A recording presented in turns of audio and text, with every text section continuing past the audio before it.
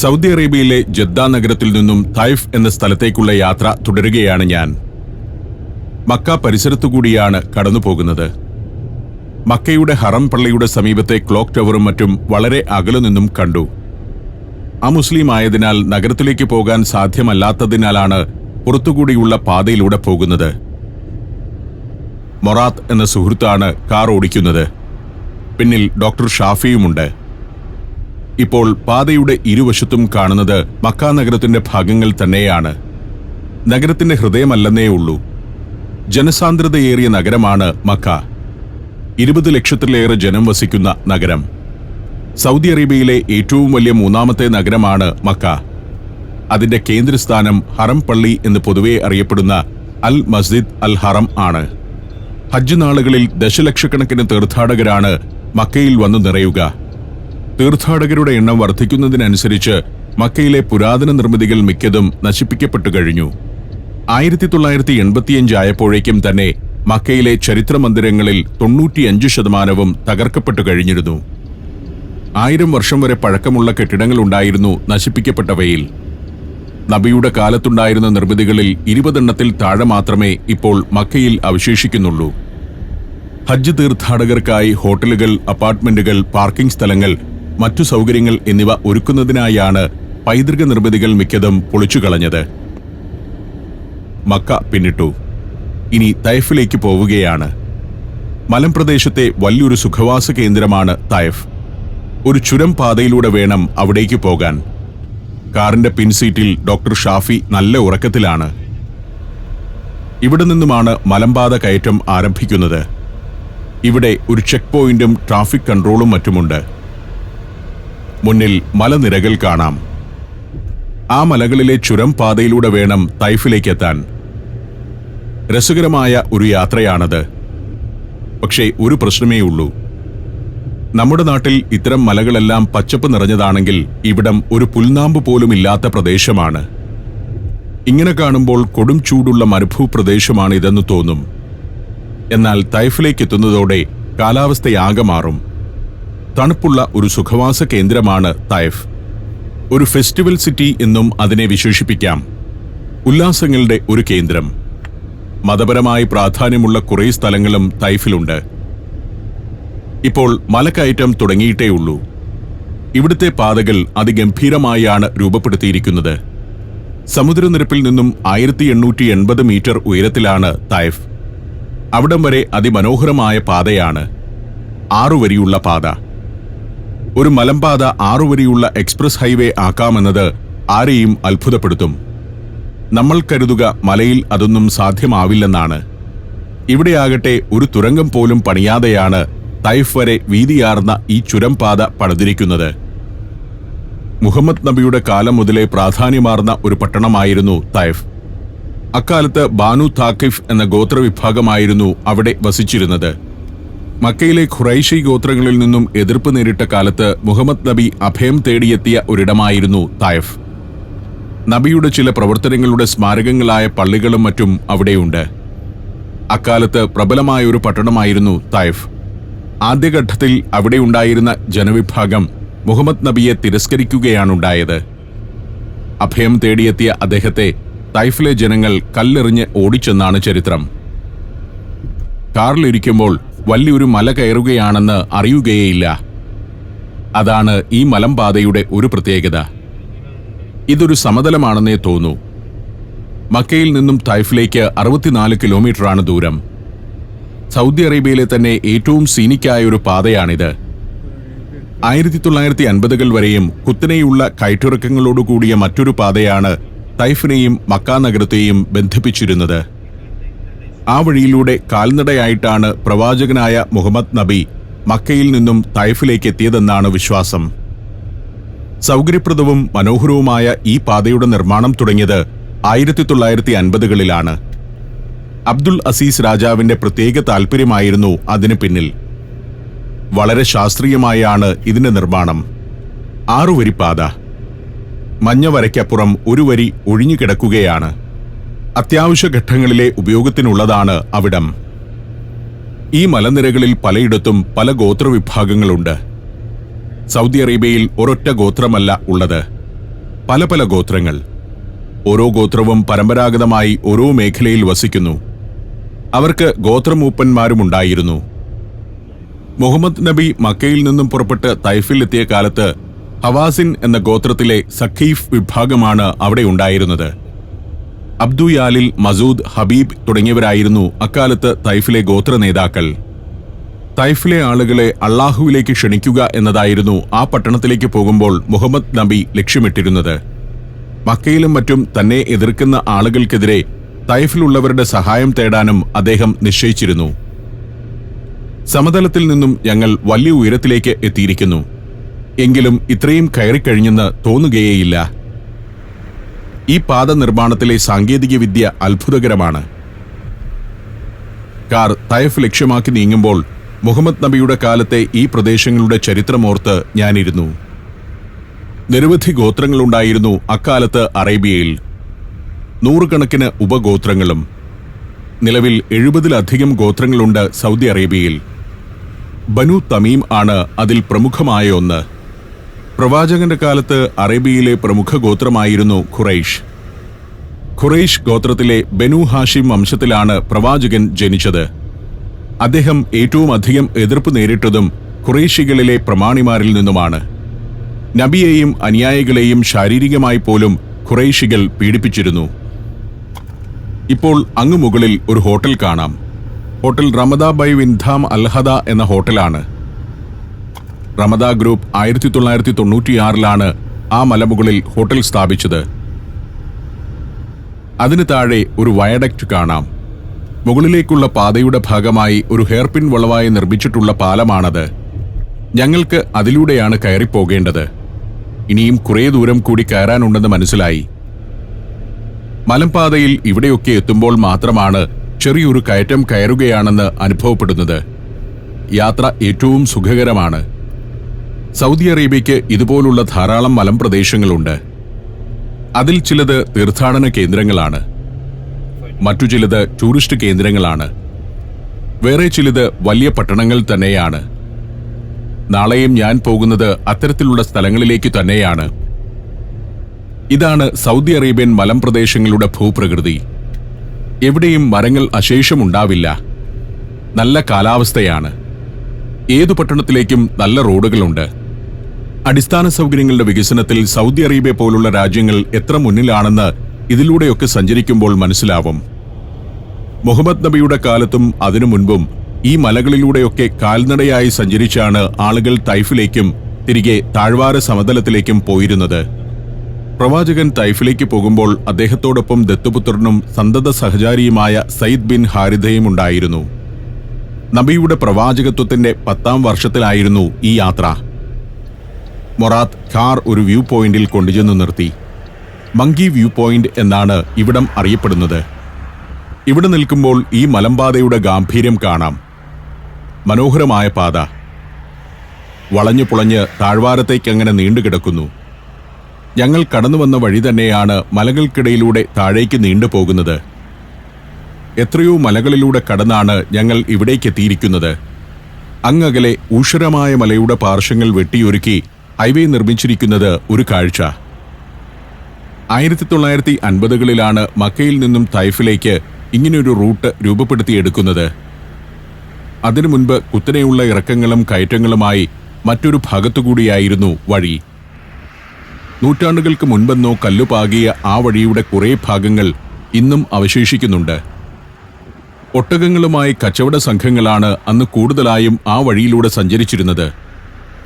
തമരടിച്ചും dynamite വെച്ച് പൊട്ടിച്ചും പാറ നീക്കം ചെയ്തതിന്റെ പുതിയ കാല അടയാളങ്ങൾ ഇവിടെ കാണാം. ഒരു ഭാഗത്ത് പാറ പൊട്ടിച്ചിരിക്കുകയാണെങ്കിൽ മറുഭാഗം കോൺക്രീറ്റ് ഉപയോഗിച്ച് കെട്ടി ഉറപ്പിച്ചിരിക്കുകയാണ്. വാഹനങ്ങൾ പാതയിലൂടെ അങ്ങനെ ഒഴുകുന്നത് കണ്ടു നിൽക്കുന്നത് തന്നെ ഒരു രസം. ഒരു തടസ്സവുമില്ലാതെ ഒഴുകി നീങ്ങുന്ന വണ്ടികൾ. കുറച്ചുനേരം അവിടെ ചെലവഴിച്ചു. മൊറാത്തിന് അല്പം വിശ്രമം. ജദ്ദയിൽ നിന്നും പുറപ്പെട്ട ശേഷം അധികനേരം എവിടെയും കാർ നിർത്തിയിട്ടില്ലല്ലോ. വീണ്ടും മുന്നോട്ടു പോകുമ്പോൾ റമദ ബൈ വിൻധാം ഹോട്ടലിന്റെ ഒരു ഭാഗം കാണാം. ഇനി അധികം താമസിയാതെ നേരത്തെ താഴെ നിന്ന് കണ്ട പാലത്തിലേക്ക് കയറും. 2 മലകൾക്കിടയിൽ നിർമ്മിച്ചിരിക്കുന്ന വയഡക്റ്റാണത്. 4 സ്റ്റാർ ഹോട്ടലാണ് റമദ ബൈ വിൻധാം. ലക്ഷറി റൂമുകളും സ്പായും 3 റെസ്റ്റോറന്റുകളും ഉൾപ്പെടെ എല്ലാ സൗകര്യങ്ങളുമുള്ള ഹോട്ടൽ. ഞങ്ങളിപ്പോൾ മലയുടെ ഏതാണ്ട് മുകളിലേക്ക് എത്തിയിരിക്കുന്നു. ഇനി ഒരു വളവ് കൂടി തിരിഞ്ഞാൽ കാർ തൈഫിന്റെ മലമ്പ്രദേശത്തേക്കെത്തും. മലമുകളിലെ തൈഫിന്റെ ഭാഗമായ പ്രദേശത്തേക്ക്. മലകയറ്റം കഴിഞ്ഞിരിക്കുന്നു. 4 രാജ്യങ്ങൾ: മലേഷ്യ, തായ്ലാന്റ്, ടാൻസാനിയ, ചൈന. അവിടുത്തെ വിശദമായ കാഴ്ചകളും അനുഭവങ്ങളുമായി ഇതാ സഞ്ചാരം 12ാം വോളിയം പെൻഡ്രൈവിൽ. സഞ്ചാരം വോളിയം നമ്പർ 12. പെൻഡ്രൈവ് വില 4000 രൂപ. ഫുൾ HDയിലുള്ള ഈ അപൂർവ ദൃശ്യയാത്രാ വിവരണ ശേഖരം സ്വന്തമാക്കാൻ 99544422 എന്ന നമ്പറിലേക്ക് സഞ്ചാരം എന്ന് SMS ചെയ്യൂ. ഇപ്പോൾ ഞങ്ങൾ മലയുടെ ഏറ്റവും മുകളിലാണ്. തൈഫിന്റെ പടിപ്പുര എന്ന് തന്നെ ഈ ഭാഗത്തെ വിശേഷിപ്പിക്കാം. വലതുഭാഗത്ത് പാറകൾ നിറഞ്ഞ കുന്നിൻ ചെരിവാണ്. ഇടതുവശത്ത് കാണുന്നത് വലിയൊരു ചന്തയാണ്. പച്ചക്കറികളും പഴങ്ങളുമൊക്കെ വിൽക്കുന്ന മാർക്കറ്റ്. ധാരാളം പച്ചക്കറികളും പഴങ്ങളും വിളയുന്ന പ്രദേശമാണ് തൈഫ്. നൂറ്റാണ്ടുകൾക്ക് മുൻപേ മുന്തിരി കൃഷിക്ക് വളരെ പേരുകേട്ട പ്രദേശമാണിത്. ക്യാരറ്റ്, ബീട്രൂട്ട്, ക്യാബേജ് തുടങ്ങി തണുപ്പുള്ള പ്രദേശത്ത് കൂടുതലായി കൃഷി ചെയ്യാവുന്ന പച്ചക്കറികളും ഇവിടെ നന്നായി വിളയുന്നു. യാത്രയിൽ ഇത്ര നേരം കണ്ടതുപോലെ വരണ്ട പ്രദേശമല്ല. പച്ചപ്പിന്റെ ഒരു ലോകമാണ് തൈഫ്. വഴിയോരങ്ങളിലെല്ലാം ധാരാളം ചെറുമരങ്ങളും ചെടികളും നട്ടുവളർത്തിയിരിക്കുന്നു. ഇതെല്ലാം കൃത്യമായി നനച്ചു വളർത്തുന്നത് തന്നെയാണെന്ന് കണ്ടാൽ മനസ്സിലാവും. എങ്കിലും ഈ പച്ചപ്പ് വളരെ ആകർഷകമാണ്. ഒരു ടൂറിസ്റ്റ് സിറ്റിയാണ് ഇന്ന് തൈഫ്. 7 ലക്ഷത്തോളം ജനം വസിക്കുന്ന നഗരമാണ് ഇവിടെയുള്ളത്. താക്കീഫ് ഗോത്രമാണ് അതിൽ പ്രധാനം. ആ ഗോത്രനാമത്തിൽ നിന്നുമാണ് തൈഫ് എന്ന സ്ഥലനാമം ഉത്ഭവിച്ചതെന്ന് പറയപ്പെടുന്നു. 400-ലധികം ഹോട്ടലുകളുണ്ട് തൈഫിൽ. സൗദി അറേബ്യയുടെ വേനൽക്കാല തലസ്ഥാനം എന്നാണ് തൈഫിന്റെ വിശേഷണം. സൗദി അറേബ്യയുടെ എല്ലാ ഭാഗങ്ങളിലുമുള്ള സ്വദേശ ടൂറിസ്റ്റുകൾ ഈ നഗരത്തിലേക്കെത്തുന്നു. ടൂറിസ്റ്റുകൾക്കായി പലവിധ സംവിധാനങ്ങൾ ഒരുങ്ങിക്കൊണ്ടിരിക്കുന്നുണ്ട് ഇവിടെ. തൈഫിന്റെ പ്രധാന ഭാഗം ലക്ഷ്യമാക്കിയാണ് ഞങ്ങളുടെ യാത്ര. അവിടേക്ക് പോകും വഴി മലമുകളിൽ പാതയുടെ ഇരുഭാഗത്തും നിരവധി അമ്യൂസ്മെന്റ് സെന്ററുകൾ കാണാം. സൗദി കുടുംബങ്ങൾക്ക് ഒഴിവുകാലം ആസ്വാദ്യമാക്കാവുന്ന കേന്ദ്രങ്ങൾ, കുട്ടികൾക്കുള്ള വിനോദോപാധികളെല്ലാം ഒരുക്കിയിരിക്കുന്ന പാർക്കുകൾ. ഇവിടെയൊക്കെ ധാരാളം കോട്ടേജുകളും സജ്ജമാക്കിയിട്ടുണ്ട്. ഇവിടെ കുന്നിൻ മുകളിൽ ഒരു മകുടം കാണുന്നുണ്ട്. പ്ലാനറ്റേറിയം പോലുള്ള എന്തോ സ്ഥാപനമാണെന്നാണ് ഞാൻ ആദ്യം കരുതിയത്. അതിവിസ്തൃതമായ ഒരു വാട്ടർ ടാങ്കാണ്. ഇവിടെയെല്ലാം നല്ല പച്ചപ്പോടുകൂടി ഒരുക്കിയിട്ടുണ്ട്. വേറെയും അമ്യൂസ്മെന്റ് പാർക്കുകൾ. അതിനു സമീപം പെട്ടികൾ പോലെ കാണുന്നത് ചെറിയ കോട്ടേജുകളാണ്. അടിസ്ഥാന സൗകര്യങ്ങളെല്ലാം വളരെ നല്ല രീതിയിൽ ഒരുക്കിയിട്ടുണ്ട് ഇവിടെ. ഗംഭീരമായ സബ്വേകൾ. തൈഫ് മലമുകളിലെ ഒരു പട്ടണമാണെങ്കിലും വളരെ വൃത്തിയിലും ശാസ്ത്രീയവുമായാണ് എല്ലാ ഭാഗങ്ങളും ഒരുക്കിയിരിക്കുന്നത്. രാത്രിയിൽ ഇലൂമിനേറ്റ് ചെയ്യുന്ന സംവിധാനങ്ങൾ റോഡിനു കുറുകെ. ഒരു ടൂറിസ്റ്റ് സിറ്റിയാണല്ലോ, അതിന് ചേരും വിധം തന്നെ അലങ്കാര സമൃദ്ധിയോടെയാണ് ഇവിടമെല്ലാം ഒരുക്കിയിടുക. മക്കയിൽ നിന്നും ജദ്ദയിൽ നിന്നും റിയാദിൽ നിന്നുമൊക്കെ ആളുകൾ സുഖവാസത്തിന് വരുന്ന നാടാണിത്. അവരെയെല്ലാം ഉൾക്കൊള്ളാവുന്നത്ര ഹോട്ടലുകൾ ഇവിടെ ഒരുക്കി വെച്ചിട്ടുണ്ട്. ലോകപ്രശസ്തമായ ഹോട്ടൽ ചെയിനുകൾ മിക്കതിനും ഇവിടെ പ്രോപ്പർട്ടികളുണ്ട്. ഇപ്പോൾ ടൂറിസം വ്യവസായമാണ് തൈഫിലെ പ്രധാന വരുമാന മാർഗം.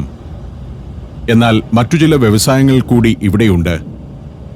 അതിലൊന്ന് പനിനീർപ്പൂവിന്റെ കൃഷിയും അതിന്റെ സംസ്കരണവുമാണ്. പനിനീർ പുഷ്പത്തിൽ നിന്നും പനിനീരും മറ്റു സുഗന്ധദ്രവ്യങ്ങളും ഉണ്ടാക്കുന്ന ഫാക്ടറികളും. അങ്ങനെ പൂക്കളുടെയും സുഗന്ധത്തിന്റെയും വലിയൊരു പ്രദേശം കൂടിയാകുന്നു തൈഫ്. ഒലിവ്, മുന്തിരി, മാതളം, അത്തി എന്നിവ കൃഷി ചെയ്യുന്ന വൻകിട ഫാമുകൾ ഈ നഗരത്തിന്റെ പ്രാന്തഭാഗങ്ങളിലുണ്ട്. തേനീച്ച വളർത്തലും തേൻ വ്യവസായവും തൈഫിന്റെ മറ്റൊരു വരുമാന മാർഗമാണ്. ഇവിടെ ഒരു പടിപ്പുര കാണുന്നുണ്ട്. തൈഫിന്റെ സൂക്കിലേക്കുള്ള കവാടമാണത്. വൈകുന്നേരം അവിടേക്കെല്ലാം പോകണമെന്നാണ് ഞങ്ങൾ തീരുമാനിച്ചിട്ടുള്ളത്. ഇപ്പോൾ ആദ്യം പോകുന്നത് ഈ നഗരത്തിൽ മുഹമ്മദ് നബിയുമായി ബന്ധപ്പെട്ട ഏതാനും സ്ഥലങ്ങൾ കാണാനാണ്. മൊറാത്തിന് ആ സ്ഥലങ്ങൾ അറിയാം. തൈഫ് നഗരത്തെ ക്രോസ് ചെയ്താണ് പോകുന്നത്. അവിടം പിന്നിടുമ്പോൾ വരണ്ട മലനിരകളും മറ്റും കാണാനാവുന്നു. ഇവിടെ അടുത്തെവിടെയോ ആണ് മുഹമ്മദ് നബിയുമായി ബന്ധപ്പെട്ട ചില കേന്ദ്രങ്ങളുള്ളത്. എന്നാൽ അത്തരമിടങ്ങളൊന്നും വലിയ പ്രാധാന്യത്തോടെ ഈ നാട്ടിൽ സംരക്ഷിക്കുന്ന പതിവില്ല. വഴിയരികിൽ തീർത്ഥാടകരുടെ വലിയ സംഘങ്ങൾ. ഇവിടെ ചെറിയ ചില പള്ളികളുണ്ട്. അവിടെ ഒരിടത്ത് മൊറാത്ത് വണ്ടി നിർത്തി. മുന്നിൽ ഒരു ചെറിയ മല കാണാം. ഇത് ചരിത്രവുമായി ബന്ധപ്പെട്ട പ്രാധാന്യമാർന്ന ഒരു മലയാണത്രേ. ഈ കുന്നിന്റെ താഴ്വാരത്തിൽ മുഹമ്മദ് നബി ആളുകളോട് സംസാരിച്ചു നിൽക്കുമ്പോൾ അദ്ദേഹത്തിന്റെ ദേഹത്തേക്ക് കുന്നിൻ മുകളിൽ നിന്നും പാറകൾ ഉരുട്ടിയിടാൻ ശത്രുക്കൾ ശ്രമിച്ചുവെന്ന് ഒരു വിശ്വാസമുണ്ട്. എതിരാളികൾ നബിയുടെ ദേഹത്തേക്ക് ഉരുട്ടിയിടാൻ ശ്രമിച്ച കല്ലുകളെ ദൈവിക ശക്തി തടഞ്ഞു നിർത്തിയെന്നാണ് വിശ്വസിക്കപ്പെടുന്നത്. അവിടെ നിന്നും ഞങ്ങൾ യാത്ര തുടർന്നു. മുഹമ്മദ് നബി തൈഫിൽ വന്ന കാലത്ത് ഇവിടുത്തെ ഗോത്ര നേതാക്കൾ അദ്ദേഹത്തിന് നല്ല രീതിയിലുള്ള സ്വീകരണമല്ല നൽകിയത്. ഈ മലമുകളിൽ ഇസ്ലാമിന്റെ ചരിത്രവുമായി ബന്ധപ്പെട്ട പല നിർമ്മിതികളുണ്ട്. ഇത് അത്തരമൊന്നാണ്. അൽ മധുൻ മോസ്ക് എന്നാണ് ഇത് അറിയപ്പെടുന്നത്. തൈഫിലെത്തിയ മുഹമ്മദ് നബിയെയും വളർത്തുപുത്രൻ സെയ്ദ് ബിന്നിനെയും ഇവിടുത്തെ ഗോത്രപ്രമാണിമാർ കുട്ടികളെ കൊണ്ട് കല്ലെറിയിച്ചിരുന്നു. കല്ലേറിൽ പരിക്കേറ്റ നബിയും സെയ്ദും നടന്ന് ഇവിടെ എത്തിയപ്പോഴേക്കും നബി ആകെ തളർന്നുവെന്നാണ് കഥ. അദ്ദേഹത്തിന്റെ അവസ്ഥ കണ്ട് അന്ന് ഇവിടെയുണ്ടായിരുന്ന തോട്ടത്തിന്റെ ഉടമ ഒരു അടിമയെ പരിചരിക്കാൻ അയച്ചത്രേ. ഈ കഥ നടന്നത് ഇവിടെയാണെന്നതിന് ആധികാരികതയില്ലെന്നൊരു ബോർഡ് സൗദി ഗവൺമെന്റ് ഇവിടെ സ്ഥാപിച്ചിട്ടുണ്ട്. ഹലോ, നമസ്കാരം. അവിടെ വെച്ച് ഞങ്ങൾക്ക് ഒരു സുഹൃത്തിനെ കിട്ടി, മുസ്തഫ. ഇദ്ദേഹം മലയാളിയാണ്, തൈഫിൽ താമസിക്കുന്നയാളുമാണ്. മുസ്തഫ കാറിന്റെ ഡ്രൈവിംഗ് ഏറ്റെടുത്തു. വർഷങ്ങളായി തൈഫിൽ ബിസിനസ് ചെയ്യുന്ന ആളാണ് മുസ്തഫ. ഈ നഗരത്തെ ഏറ്റവും നന്നായി അറിയുന്ന ഒരാൾ. രസികനായ ഒരു സുഹൃത്താണ് മുസ്തഫ. ഞങ്ങൾ അങ്ങനെ പോകവേ ഇവിടെ ചെരിഞ്ഞ ഒരു കെട്ടിടം കാണാം. ഇതിവിടുത്തെ മുനിസിപ്പൽ ഓഫീസാണത്രേ. അതിന്റെ രൂപം കൗതുകകരം തന്നെ. മുസ്തഫ ആദ്യം ഞങ്ങളെ കൊണ്ടുപോയത് ഒരു കടയിലേക്കാണ്. അൽ ഹയത്ത് സ്വീറ്റ്സ് എന്ന ഒരു സ്ഥാപനം. മുസ്തഫ ഞങ്ങളെ സൽക്കരിക്കാൻ തീരുമാനിച്ചിരിക്കുകയാണ്. എന്തെങ്കിലും കഴിച്ചിട്ട് മറ്റു കാഴ്ചകളിലേക്ക് പോകാമെന്ന് നിർബന്ധം പിടിച്ച് മുസ്തഫ ഞങ്ങളെ വിളിച്ചിറക്കിക്കൊണ്ടു പോവുകയാണ്. ഇവിടുത്തെ പ്രശസ്തമായ ഒരു കടയാണിത്. മധുര പലഹാരങ്ങളുടെ കട. സൗദി അറേബ്യയിൽ ആകെ പ്രശസ്തമാണ് അൽ ഹയത്ത് സ്വീറ്റ്സ് എന്നാണ് മുസ്തഫ പറയുന്നത്. കുനാഫയാണ് പ്രധാന വിഭവം. നമ്മുടെ ഹൽവ പോലെയോ കേസരി പോലെയോ ഉള്ള ഒരു വിഭവമാണ്. പെട്ടെന്ന് കിട്ടുന്ന എന്തെങ്കിലും മതിയെന്ന് ഞാൻ പറഞ്ഞപ്പോൾ കുനാഫ കൊണ്ട് സൽക്കരിക്കാനാണ് മുസ്തഫ തീരുമാനിച്ചത്. കുനാഫ നേരത്തെ കഴിച്ചിട്ടുണ്ടോ എന്നാണ് എന്നോടുള്ള ചോദ്യം. ഇല്ലെന്ന് ഞാൻ പറഞ്ഞു. തൈഫിൽ വരുന്നവരാരും കുനാഫ കഴിക്കാതെ പോകാറില്ലെന്നായി മുസ്തഫ. വീതുള്ളി പോലുള്ള ചട്ടുകം കൊണ്ട് മുറിച്ചെടുത്ത് ഞങ്ങൾക്കുള്ള കുനാഫ പാത്രത്തിലാക്കുന്നു. കുറച്ച് അധികമെടുക്കാൻ മുസ്തഫ ശ്രമിച്ചെങ്കിലും ഞാൻ തടഞ്ഞു. നല്ല വിലയുള്ള പലഹാരമാണ്. തൂക്കിയാണ് വിൽപ്പന. ഏതായാലും മുസ്തഫ ഞങ്ങളെ ഇങ്ങനെയാണ് സൽക്കരിക്കുന്നത്. ബിരിയാണി കൊണ്ട് സൽക്കരിക്കാനാണ് പദ്ധതിയിട്ടതെങ്കിലും ഞങ്ങൾ വിലക്കുകയായിരുന്നു. യാത്ര തുടരുമ്പോൾ പാതയുടെ മറുഭാഗത്ത് കാണുന്നത് തൈഫിലെ മാനസികാരോഗ്യ കേന്ദ്രമാണ്. വലിയൊരു ക്യാമ്പസാണ് അതിൻ്റേത്. ഇതാകട്ടെ ഇവിടുത്തെ ഗവൺമെന്റ് ഹോസ്പിറ്റലാണ്. സുഖവാസത്തിന്റെ മാത്രമല്ല, ആശുപത്രികളുടെയും ഒരു കേന്ദ്രമാണ് തൈഫ് എന്ന് വ്യക്തമായി. മലയാളികളായ നഴ്സുമാരുൾപ്പെടെ ധാരാളം പേർ ഇവിടെയും ജോലി ചെയ്യുന്നുണ്ടാവാം. സൗദി അറേബ്യയിലെ ഏതൊരു ആശുപത്രിയിലും മലയാളി നഴ്സുമാർ ഉണ്ടാകും. നഗരത്തിന്റെ മറ്റൊരു ഭാഗത്തുകൂടി ഞങ്ങൾ യാത്ര തുടരുകയാണ്. ഇടതുവശത്ത് കാണുന്നത് ഇവിടുത്തെ പച്ചക്കറി മാർക്കറ്റാണ്. എല്ലാ കാഴ്ചകളും മുസ്തഫ വിവരിച്ചു തരുന്നുണ്ട്. ഓരോന്നിന്റെയും കഥ പറഞ്ഞു തന്നുകൊണ്ടാണ് അദ്ദേഹം ഡ്രൈവ് ചെയ്യുന്നത്. ഇനി ഞങ്ങൾ പോകുന്നത് ജനൂബ് എന്ന സ്ഥലത്തേക്കാണ്. ജനൂബിൽ ഒരു വില്ലേജ് മ്യൂസിയമുണ്ട്. മ്യൂസിയം കാണുന്നതിൽ വലിയ താല്പര്യമില്ലെന്ന് ഞാൻ മുസ്തഫയോട് പറഞ്ഞു.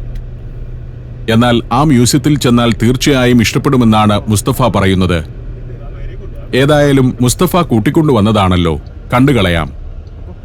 മ്യൂസിയത്തിന് സമീപം ടൂറിസ്റ്റ് ബസ്സുകൾ വന്നു കിടക്കുന്നു. വിദേശികൾ വരെ വന്നെത്തുന്ന മ്യൂസിയമാണിതെന്നാണ് മുസ്തഫ പറഞ്ഞത്. ഞങ്ങൾ അതിന് സമീപം വാഹനം കൊണ്ടുചെന്ന് നിർത്തി. ചെറിയ മ്യൂസിയമാണെങ്കിലും അതിനു മുന്നിൽ ധാരാളം ടൂറിസ്റ്റുകളുണ്ട്.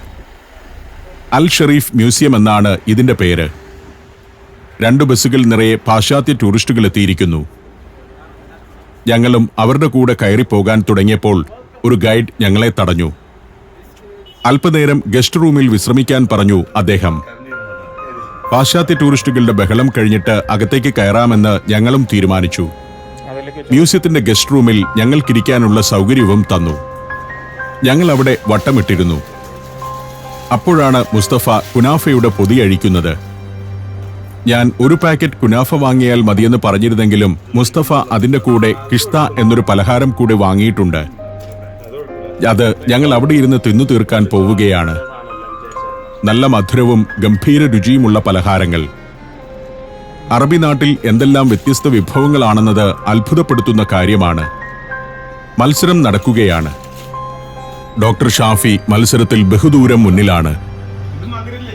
കുനാഫയും കഴിച്ച് ഉച്ചനേരത്ത് മ്യൂസിയത്തിന്റെ ഗസ്റ്റ് റൂമിൽ ഞങ്ങളിരുന്നു.